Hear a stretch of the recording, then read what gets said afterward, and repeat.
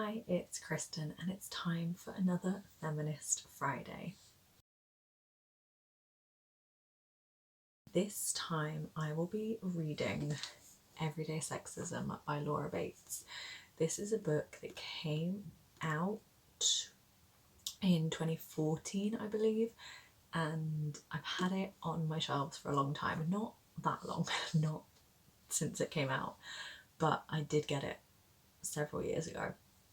And I've just never got around to reading it because I've always been like, it's going to be really intense, it's going to make me really angry, it's going to like enrage my feminist heart and just like depress me probably. So I've always like put it off and put it off and put it off. But I was like, no, I need to get to it. I want to read it. I just need to do it. So this is about this project that Laura Bates set up called Everyday Sexism. She set up a website where people could go on and anonymously write about the everyday sexism that they experience, whether it's like a male colleague says something annoying, someone you know makes a ridiculous sexist joke, you get catcalled on the street, things that happen a lot day to day for a lot of women. She noticed patterns and trends amongst what all these women were saying.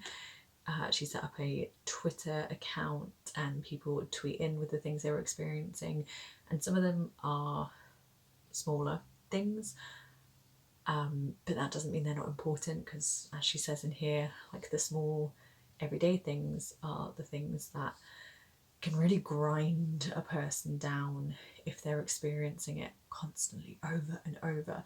And also that these small behaviours from men often become more serious as time goes on and are just like entry points to worse behaviour. And so there are moments in here where things like sexual assault and rape and domestic violence and more serious effects of sexism are talked about. So be aware of that if you go into this. Throughout, Laura Bates picks like different topics for each chapter. So there's a chapter on women in politics, there's a chapter on women in the media, women in the workplace, motherhood, etc. So she writes and talks about her thoughts and opinions and knowledge on that subject, but then also intersperses it with these experiences that women wrote about for the Everyday Sexism project, that these women sent in and described their experiences. So that's really interesting and is a great way, I think, to like break up the text and not make it feel like too wordy or too, I don't want to say not too intense, because I think it is very intense with the subject we're talking about, but it, yeah, breaks it up a little bit. Even just visually makes it quite easy to read. So I'm liking that aspect of it so far. I think she writes in a really engaging way that's easy to understand. I mean, she's talking about important topics, she's referencing things, she's citing things, but it doesn't feel like incredibly academic or anything like that. It feels like how I'd imagine like a TED talk might be done, or as if you were having like a thorough but slightly informal conversation with someone just like casually, but with like great knowledge. And yeah, I like the way she writes. There's a few like almost like tongue-in-cheek or quite wry or dry sentences in here that she obviously like intersperses her own feelings on a few things. It is an intense read that I am like enraged when I read some of these things, but I'm also finding it really interesting because it was written 10 years ago. Some stuff is like, it's not outdated, they're just older references. So she's like, oh, this thing just happened with this politician, and I'm like, oh, they are no longer a politician. Or she talks about like Boris Johnson being the mayor of London. He is not the mayor of London anymore. He was our prime minister for a while. But it's interesting to see where like different pop culture and like political references are in like how I know them to be now. But also is reminding me of a lot of instances. Like she'll talk about a TV show or like something that happened in pop culture, and I'll be like, oh yeah, I remember that. Like I very much remember that being a thing, and I remember like the outrage to do with that or the sexism around that. But yeah, that's interesting, but also again enraging because I'm like, wow, that was 10 years ago and nothing's changed, or actually things have got worse. I'm finding it engaging and enraging so far, but only 2 chapters in. So I will carry on reading, and if there's like a specific point I want to talk about, then I'll get the camera out and I'll discuss what she's discussing. I'm reading Everyday Sexism, and I don't want to say that I'm like enjoying it, because it's obviously talking about really sensitive, serious topics, like I mean sexism and misogyny in general, but then like within that, you know, things like sexual assault and issues like around that. So it's not like, yay, it's a fun read, but I am having a good time reading it. I don't know, I just find it very engaging to read, and like very informative, very interesting, but also like, yeah, when I'm reading it I just feel really in it, which is always good, I find, with non-fiction. It's keeping my attention really well. And there's an element to it where I feel like very connected to it. Like a lot of the stories that women have shared for it, and a lot of the things that Laura Bates is talking about, are things that like I very much relate to. I'm like, I've experienced something similar. There's something included that I'm like, I have experienced like that exact thing or something very similar, or I like know friends or family who've gone through that.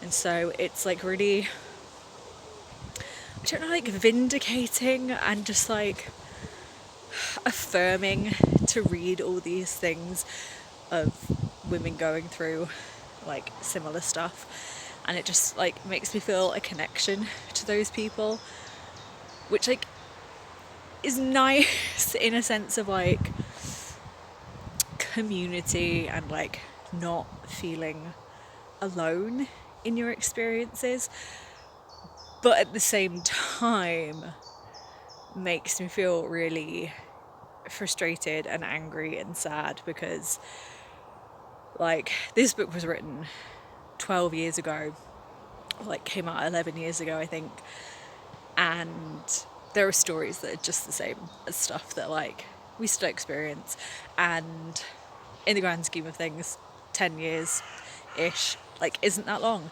and these are the same stories that I hear like older women share from when they were young, like 30-40 years ago. So they're dealing with the same things like over generations, over decades. And you know, if you asked even elderly women, they'd have the same stories. Obviously some things have changed over like years and years and years, decades, centuries, in that like women do have more rights than we used to, but there's also some rights being revoked, stripped back, which is awful. But then there's also the like everyday things like catcalling, and like I hate to say this is like an everyday thing, but sexual assault and rape and stuff still happening. So it makes me feel connected to women in like this grander sense of we have the same experiences, but it makes me so fucking angry that like nothing's changed, and in some ways it's got better and in some ways it's got worse. And you know, there's that whole question of like, will this ever be sorted, like sexism and stuff. But I'm really interested to read her update about like incel culture, which is a book she wrote, because in this day and age that feels like something to delve into. I've talked about how throughout this book there are lots of conversations about the horrible things that happen to women, that can and do happen to women, um, in various ways, various scenarios. But I'm going to give a major trigger warning for chapter 11 of this, especially, which is called Women Under Threat. And I think it's a really important chapter, but it is just statistic after statistic, case after case, story after story of sexual assault, female genital mutilation, domestic violence, child abuse, rape. It's just a really tough read. Like, I went into it expecting that, and like we've had conversations about these things throughout the book, so I know like the way in which Laura Bates talks about these things. But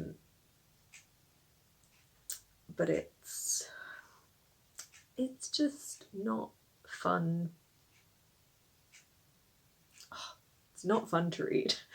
It's a really especially hard-hitting chapter. I finished Everyday Sexism by Laura Bates, and I liked this one a lot.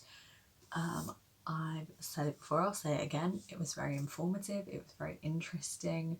I think the information and references and examples given throughout were really well chosen. Again, it's slightly outdated because this did come out like 10 years ago, but it reminded me of things that happened, that some I was like, oh yeah, of course that happened. Some I was like, how did I miss that news story? But yeah, really, I think well chosen things to talk about, topics to talk about. There wasn't any section that I got to where I was like, I don't really care about this, because I find with non-fiction that's in different sections, different topic chapters, there's always some things I'm more interested than others. But with all of these, even if it was a topic that I got to that I was like, I'm not sure about this, like motherhood, I'm not a mother, I'm not in a position to be a mother anytime soon. I was a bit hesitant going into it, but then found it really interesting. Found it really well written. All the chapters feel really cohesive. They lend to each other, and just great points made. I think I will give this 4 stars, not quite 5. And it's almost like not the fault of the book, but I think because I read a lot of feminist fiction and non-fiction, that a lot of what was in here wasn't like new to me. It wasn't making a ton of points that I hadn't already thought about, like by myself or discussed with friends or family or like feminist groups or anything. So I think if you're getting into feminism, this would be a great read. I think if I'd read this when it originally came out, it could have been a 5-star, but it just didn't quite hit in the way I think it could have if I'd read it when I was younger. But I would say this would be great for like people getting into feminism, but because it is written in the past, obviously, and makes a lot of references to, at the time, current political things and things in the media. That doesn't then translate to it being up to date and modern now. But I know that Laura Bates obviously has come out with books more recently, like every other year or so. So I would love to read those, and I would generally recommend Laura Bates as a non-fiction writer. I follow her on like various social media platforms, and she seems to post really great, informative things. So yeah, I don't want to say I had a good time with this because very depressing concept and content, but like I did have a good time reading it. I loved the formatting. I think I talked about it before. You have like tweets in grey, you have entries to the Everyday Sexism Project in this lovely teal colour. I think that makes it really readable. It's not just like whole chunks and pages and paragraphs of information. They are broken up by those little like bullet points, and so I think that makes it really accessible and digestible. So I really loved that. I think this is her only book that's formatted that way, which makes me a little sad, but I do think she writes in a really easy to get into way, so I think I would have no problem with her other books. But yeah, this was a great read. I'm so glad I finally got around to reading it, and I wish I had read it sooner. But yeah, very happy with how this Feminist Friday went. Definitely going to be checking out more from Laura Bates. So have you read this book? What did you think of it? If you've not read it, are you interested in reading it or reading perhaps something more current from Laura Bates? Let me know in the comments below, and I will see you soon with another video.